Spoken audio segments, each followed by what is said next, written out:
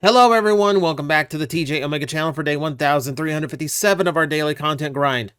I know what you want to do. You want to immediately jump into the comments section and attack Hasbro. I know you do, and you're not completely unjustified. However, that's not the goal for the video. I have seen so many reactionary videos to what is going on with Haslab and Omega Prime that I kind of felt the need to just put out a video that runs down the entire situation from the selection of the characters for Haslab to the current situation Hasbro is in, step by step, so I can explain how we got to this point calmly, rationally, without jumping to attacks. I am going to ask people in the comment section, try to be civil. You are perfectly fine to have a negative opinion of what's going on. It is more than justified in this situation. I am only asking to keep a more level-headed mind going into it so that we can better understand the factors as to why this situation happened and potentially put the blame in the correct location, because it's not as simple as Hasbro sucks. Okay? So, as I said, we are going to go into it from the very beginning of the process, and that goes straight into the selection of Omega Prime as a Haslab in general, because for starters, let's just get this out of the way. It was never a rule for Hasbro that Prime would never be a Haslab, because he never needs to be limited. He's going to sell every single time. That was not really the situation after all. It's more of like a... I believe Evan admitted later on that that was more of him making a shot in the dark, an assumption, rather than a hard-written rule. No, when it comes down to this, the selection process, it's not really about RID Optimus Prime. That's easy. That's actually really easy. That's going to sell no matter what. Kids like fire trucks, adults like fire trucks. We like Optimus Prime's super modes. That could absolutely be done at retail and they could get away with it. The problem here is Ultra Magnus. The problem with doing RID Optimus is always going to be doing Ultra Magnus as well. Because, let's just get this out of the way, you have to do both. No matter what, you have to do both. This isn't an Armada Optimus Prime situation where Jetfire makes for a nice new pair of pants and a power-up. No, this is intrinsically linked characters. These are two characters who cannot exist separately because they are so intertwined in their stories. They are brothers. They both hold half of the matrix of leadership. You know, Omega Prime isn't just a power-up form for Optimus. It's a completely new character born of the two combining into a brand new being. It's a culmination and huge crux of their story arcs as characters. So yeah, you can't just do Optimus, you have to do Magnus. And if you tried to do just Optimus, you would have years of fans complaining that Magnus needs to be done too. They've had situations like that in the past. I'm sure they want to avoid it. And Magnus is the entire problem here. For starters, you've got size. The size of Magnus has to be correct here, because he's supposed to be big enough to hold 3 deluxe size cars. Now, I don't say that as a feature of the toy. I could do without that. I don't really care. It's how he's depicted in the show. In scale, that's how big he is.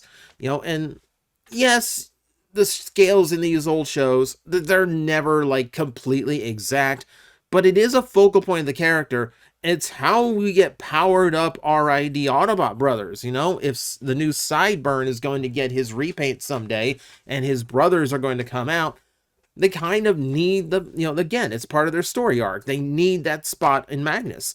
So Magnus needs to have that function, but that means he has to be a certain size. Remember, the toy needs to be complex enough to break down, to not only transform on its own, but also improve upon the original. Sturdier engineering and design, new articulation points, better accuracy to the cartoon, better proportions, Maybe?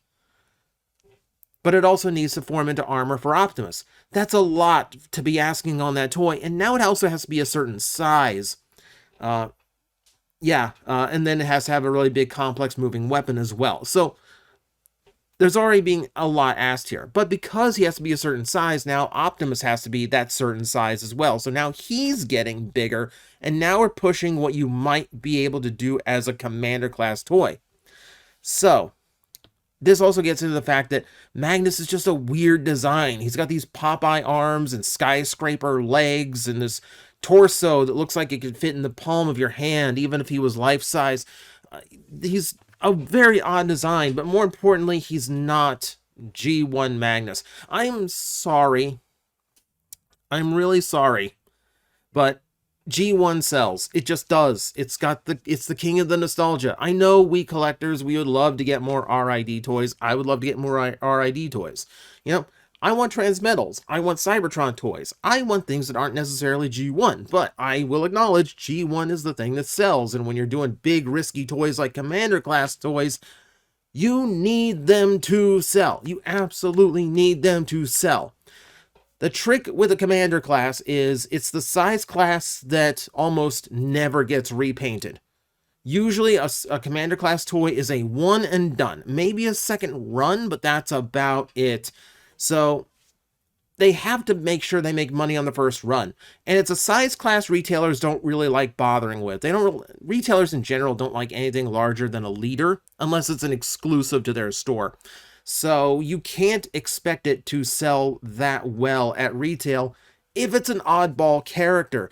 And because they count on those retail purchases from those big box stores in order to sell enough of these commanders to profit off of one run of this toy, they need them to get ordered. So if even one fails, if even one ends up in the clearance section, if even one ends up at Ollie's and Ross and whatever your clearance store in your country is, that could doom the entire size class to being non-viable.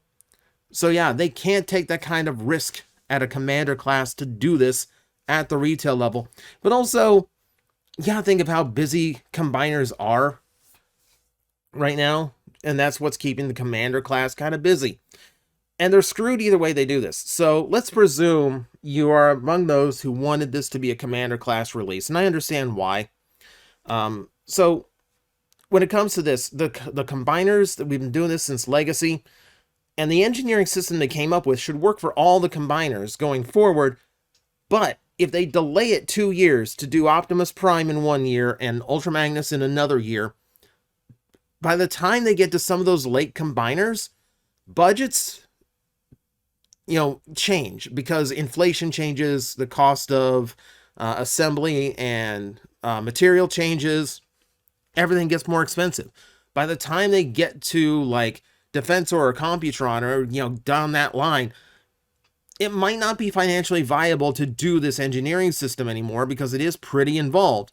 And that does, and you have to make sure you get them all out while they still use the same engineering system so the combiners are equal to each other. So that 2-year delay could absolutely cripple them if they slid everything down for these two. Not to mention, doing the combiners now is the whole reason we're getting the 13, because combiners are safe sells.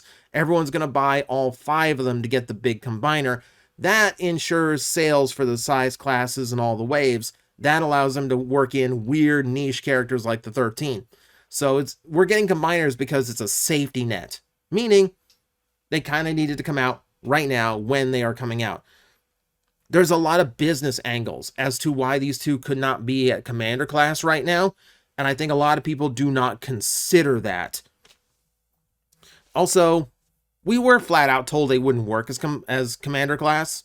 They would have to be smaller, they would have to have features gutted out. Magnus likely would not have had the weapon now known as Blue Bolts. There's a lot to this. On top, and don't even get me started on making these Titans. Like, if this was released as a $200 Titan at their sizes, everyone would have complained about that.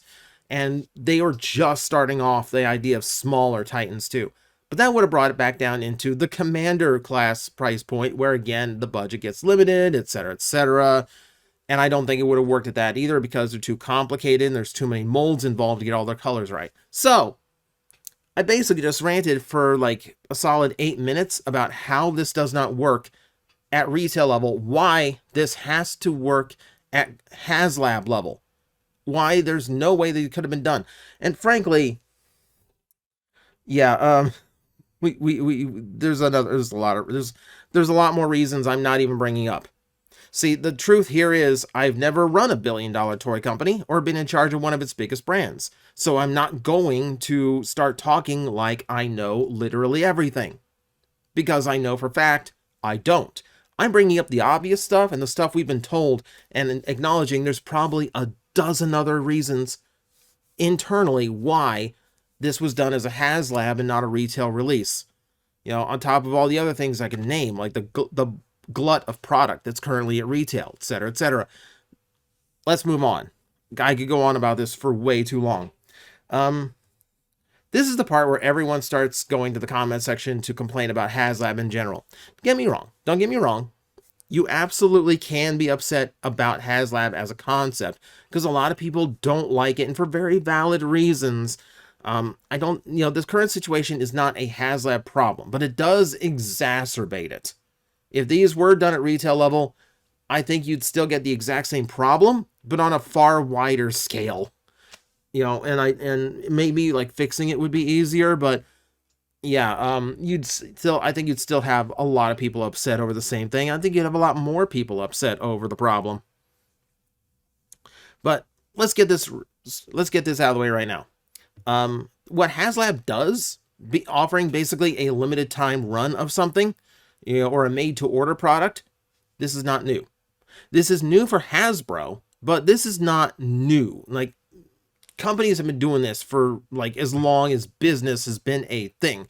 Whether it's a limited time menu item or a made to order model kit or chess set that you only get like a piece at a time every month, there's always been companies who do this kind of business model. It doesn't make it a wrong thing to do. It's just a different way of doing it.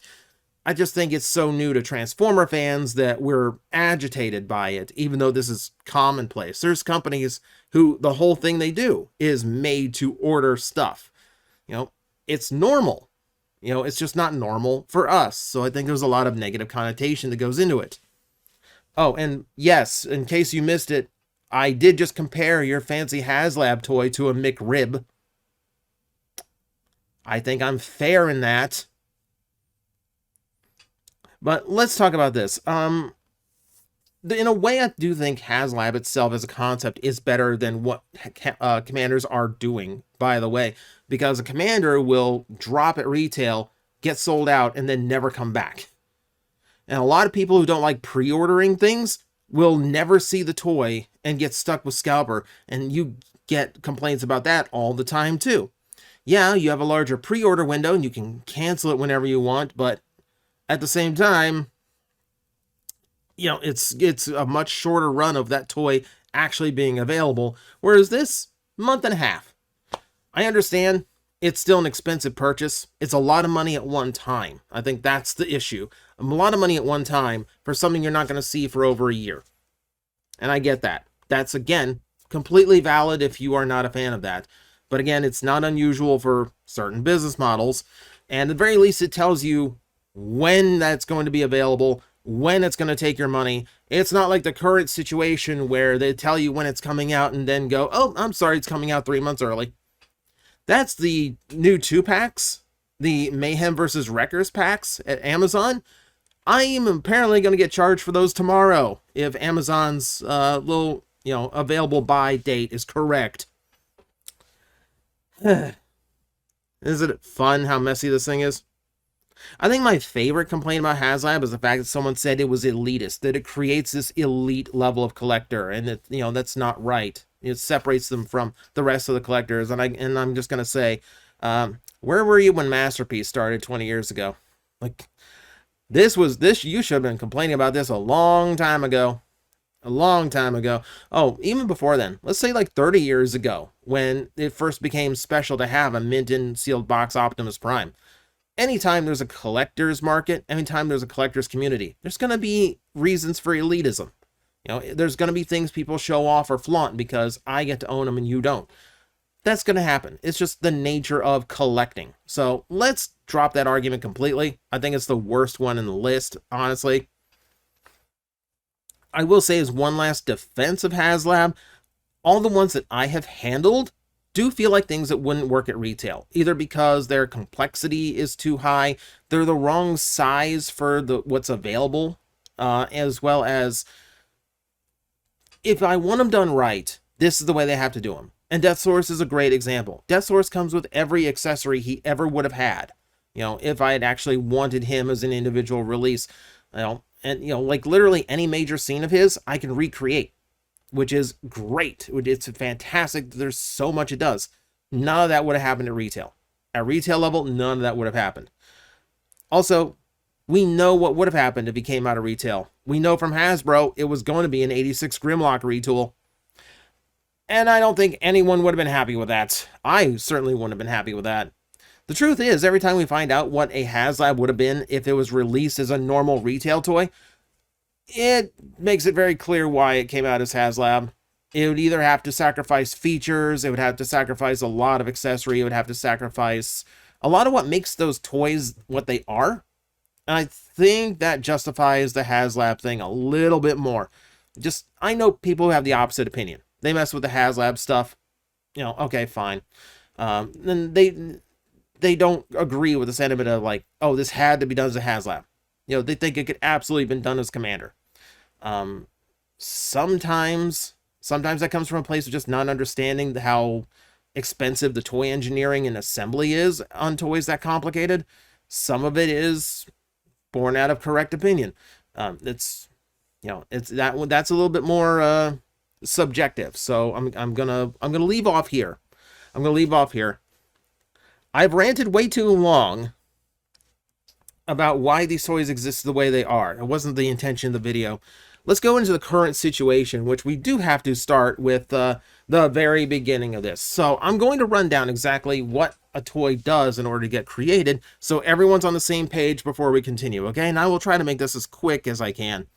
So this starts with Hasbro making the sketch of the next character that they want. Once they are happy with the look of the toy, those drawings and concepts get sent over to Takara, where they fine-tune everything and figure out how it's going to be engineered as a functioning toy.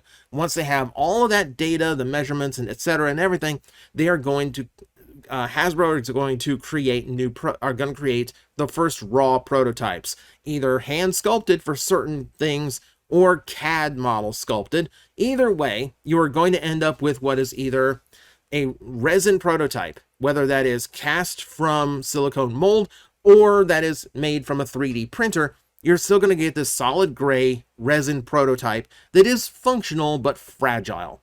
So once they are comfortable, once they have it fine-tuned and everything seems to work, they will send it off. They will break it down, assign the parts into spaces for the molds that will be created for the toys, and then pack everything up, send that information off to the factory in Vietnam. They will turn those instructions into the solid steel molds, and that is when we'll start getting the first runs of prototypes. And we've seen those on this channel before. You're going to get the all clear one that shows what happens inside. You're going to get the multicolored one that shows what parts are from what molds. You're going to get the limited color prototype, which is going to show what parts are made from what plastics. And the important one is the first injection mold for the base colors of the toy. This is the part where the prototypes will start getting shipped off to Hasbro, who will then mess with the toy and then send information and feedback back to the factory on okay, this didn't work, this is the wrong size, this is not clicking in correctly, we need you to change this color to make it a little bit richer, etc., etc. And they will go back and forth with this for months until they are happy with the prototypes that they are getting, and then they will give final approval to send it to full production. Okay, are we clear on that? Because that's the whole process. So, once the product is actually off the factory floor, completely packed up and ready to go, they can't touch it anymore. Especially on a made-to-order where they're limited, they can't be opening up boxes for quality control and testing out the entire fit. Keep in mind, on a transformer, that's actually far harder to do because very few people are going to know how to actually make the toy function as a toy. Not many people are going to know how to transform it. On an action figure, QC is easy. On something that starts off as a fire truck, it has to become a robot and a super robot. Now QC is very difficult. So having a factory that actually knows what they're doing is incredibly important. And ultimately, they have to trust what the factory is producing. After all, it's gone through all these checks and balances, so what they produce should completely work, right? Right? So, yeah, we end up with this. We end up with the cracked bellies. We end up with the broken teeth inside on the slider. And we end up with what seems to be a majority of Omega Primes damaged right out of the box or damaged upon first attempts to transform the toy. I have heard multiple. I've heard far more bad stories than good. Let's put it that way. Now, how does something like this happen? So, one thing that people pay attention to is the fact that this toy was slated to come out months later than it actually did. This was supposed to be a fall 2025 release. We got it in the spring, like almost 6 months early. That's kind of crazy. That's kind of crazy. Now, we're used to these toys coming out faster than they are originally slated to, but it's usually by a couple months, not 5 or 6. So we're trying to figure out, like, did this happen because the factory rushed it? Well, there's not a lot you can do to really rush the production process. So, you can't just make the factories go faster or make the plastic inject quicker because they know they're going to introduce more problems. You're going to have this, bare problems just from, improper injection, let alone things like this that are a fit problem. Now, there are a couple reasons. There are a couple ways that this could have happened, and it's up to you to decide who gets the blame here. So, this could be the factory's fault, because Hasbro may have sent off final instructions on little fits and adjustments to make, and the factory just got it wrong. If the last instructions from Hasbro were, okay, loosen up the slider joint, the slider joint's a little loose, could you tighten it up a little bit and then send it off and send it to production? And the factory in China, or in Vietnam actually in this case, might have gone a little bit too far and might have made just a little bit too big before sending it off. So it might just be the factory incorrectly adjusting the mold. On the other hand, we also have the situation, and I don't like to get political, but we had the tariff situation this year. And with that, the problem would become getting this toy out before then. Haslabs don't have a wide margin of profit because they are one-run figures, very big, very complicated, and obviously, they're done. They're never going to get repainted. So, there's not a lot of room for profit on these, I don't think. So, a tariff on top of that would be a disaster. So, what might have happened is Hasbro may have skipped on those check processes instead of waiting for a prototype that was perfect, and worked exactly the way they wanted. They might have just sent a few final notes and said, this will be good enough, and just trusted that if they skip the month of waiting for the next prototype to come in and the next few rounds that would still take months of back and forth with the prototypes, maybe, it felt like they might have gotten away with it a little bit if they just skipped those last steps and then just had them go ahead and produce it. So it might be the factory's fault. It might be Hasbro's fault. We don't really know. And frankly, both parties could have done more. Both parties could have done more. The factory could have more QC, quality control going on, but Hasbro could also have someone overseeing the factory better to make sure these things are being done correctly. Either way, I think fault lies with both parties on this one. And I think Hasbro gets a little bit too much flack Even though, yeah, there's absolutely reason to blame a few other people involved here. So, let's go with the status report. Where are we at right now when it comes to this toy? So, I've had some people show off Haslab Omega Primes that actually work completely fine without any kind of modification. And I don't just mean like, oh, the slider works, but the internals are broken. No, they've opened them up, the teeth haven't been broken, and the slider is nice and smooth. In such a huge degree of difference that people assume it's some kind of running change made. But running changes to a one-time production like this is extremely rare. And even though I've had reports like that lately, I've still seen people who are just now getting their Omega Prime. I can see it in the comment section of previous videos, who are still reporting the breaks happening. So, yeah, it's still going on. It's still going on. So, I'm going to stress this. I'm going to stress this.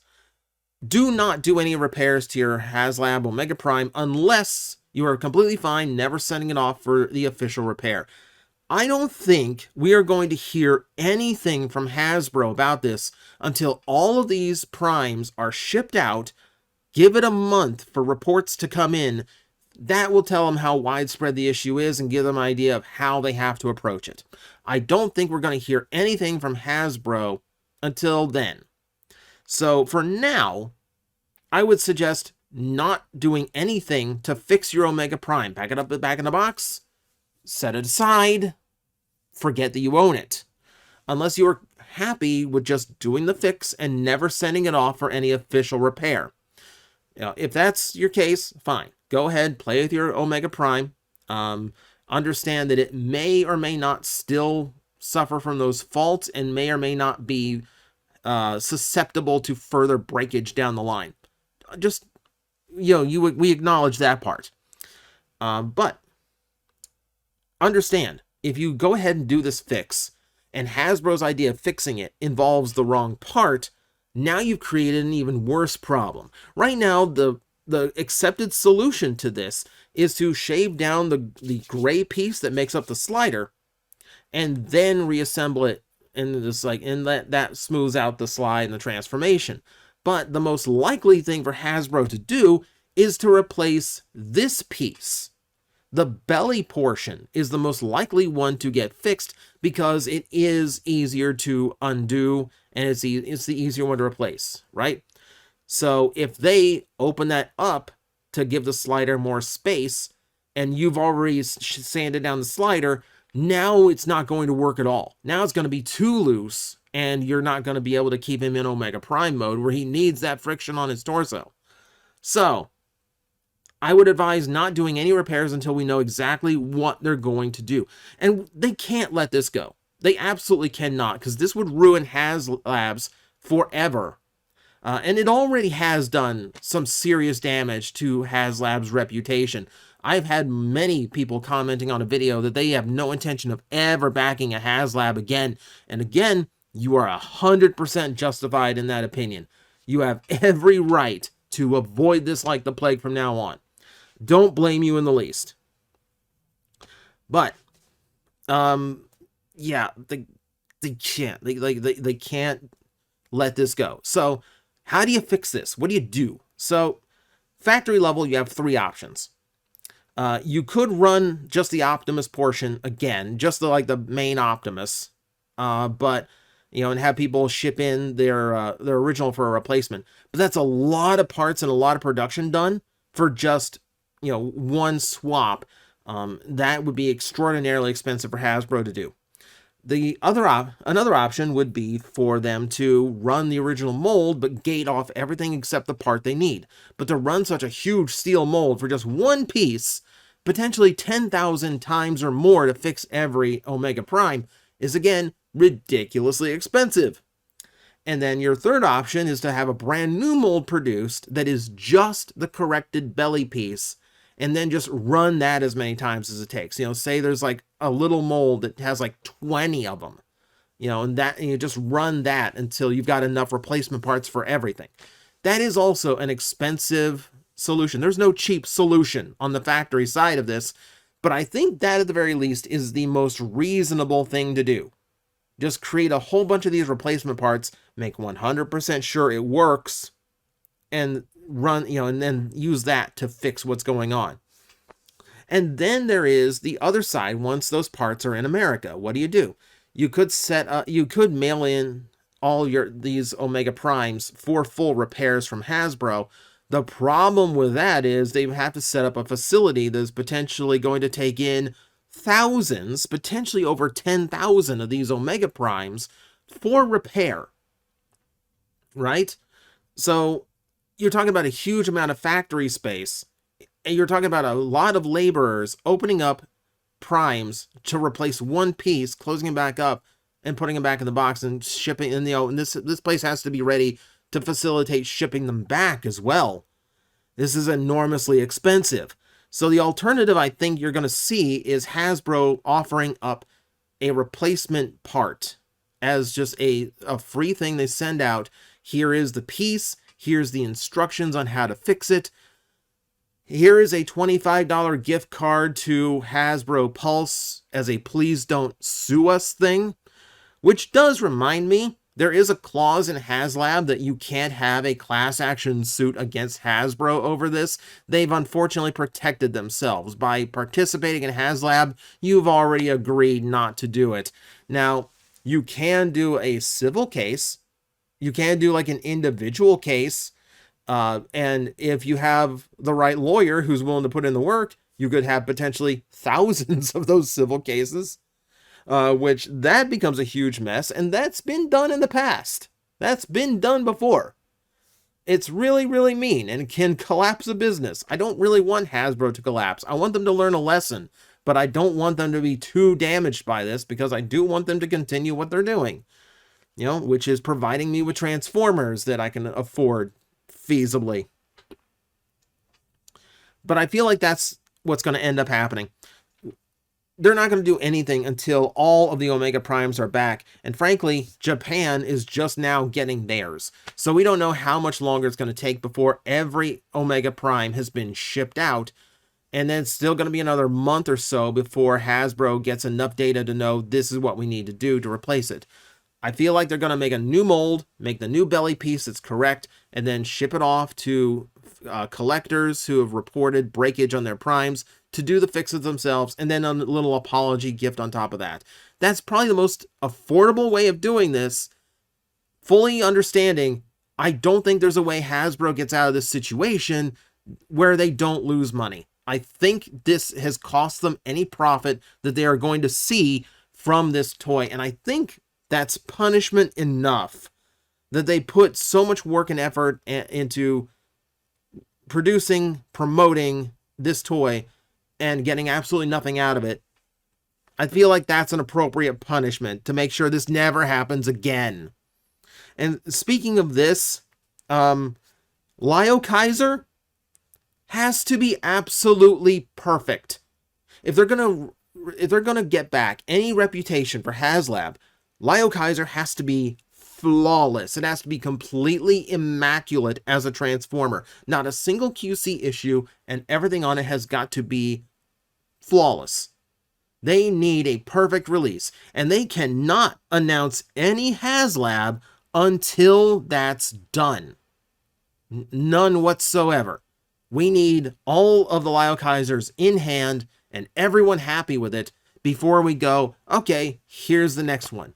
Because that's the only thing they can do to get their faith back. They are lucky. They are lucky they ran it and charged people the money for it, before Omega Prime came out in its condition. I don't think that's a scheme or a scam or anything, by the way. I think that's conspiracy theory thought going. I think this is just a really bad QC issue on a really badly timed figure, because it could have happened to any toy that they've been producing out of that factory. Just happened to be the wrong one. Happened to be the most well-selling Haslab in Transformer history, like second all time, beaten only by Galactus. This is really bad timing for one of these things to happen, isn't it? So that's where we stand. That's absolutely everything going on with Omega Prime. I think Hasbro is going to take such a bad hit off of this as it is. I'm not worried about like them like needing punished for it or like canceling your next Haslab or refusing to support them again, etc. I think this is going to be lesson enough to let this never happen again. You know, I don't have any concern with Lio Kaiser. I think that toy is going to be fine because now they have no choice. It's got to be fine. So I still think there's a future Haslab. They just need to make sure they get this right. And what they do from here with this, they have got to get correct. They cannot keep silent on this for much longer. At the very least, I want to hear some kind of acknowledgement that the toy did not come out in the state that they needed it to come out, and they are working on some kind of solution for everybody. Rather than just generic form email everybody keeps getting, I need to know for fact Hasbro's going to do something about this. Otherwise, my general defense of them in this video is going to change. I can mark this up as an accident, a very bad accident, but still nevertheless an accident, and still see the benefits to a Haslab and why something like this would be released at Haslab and why it wouldn't, you know, why doing it at retail doesn't help, doesn't work. I can do all that. But if they are going to stay silent and they are not going to give us a good explanation as to what's going to go on from here, then the attitude is going to shift. It all depends on what they do next, and I really hope they do the right thing. Let us know what you're going to do. Let us know how we are going to get proper working Omega Primes like we paid for. It's a lot of money for something that arrived broken. What are you going to do about it now? And they need to start telling us soon. But until then, I'm going to play the optimist. I'm going to play the optimist here. Again, you are free to disagree. You are free to be critical in the comment section, as long as we're not being just crude about it. Okay? Like I said, this is supposed to be for calm, rational discussion about the entire situation from where we started to where we are. And we'll probably have this talk again when Hasbro actually announces what they are going to do. Until then, I want everyone to just have a nice calm thought about everything we have talked about in this video. And I will thank you for making it through a very long one. But thank you everyone for watching. I will see you next time. Hello everyone, I am Astral Agent Magnetar, a Tokusatsu VTuber, and I am streaming 4 times a week over on Twitch, Monday, Tuesday, and Wednesday afternoons, and a special late night one on late Friday/early Saturday. So come watch, come hang out, and let's make an impact together.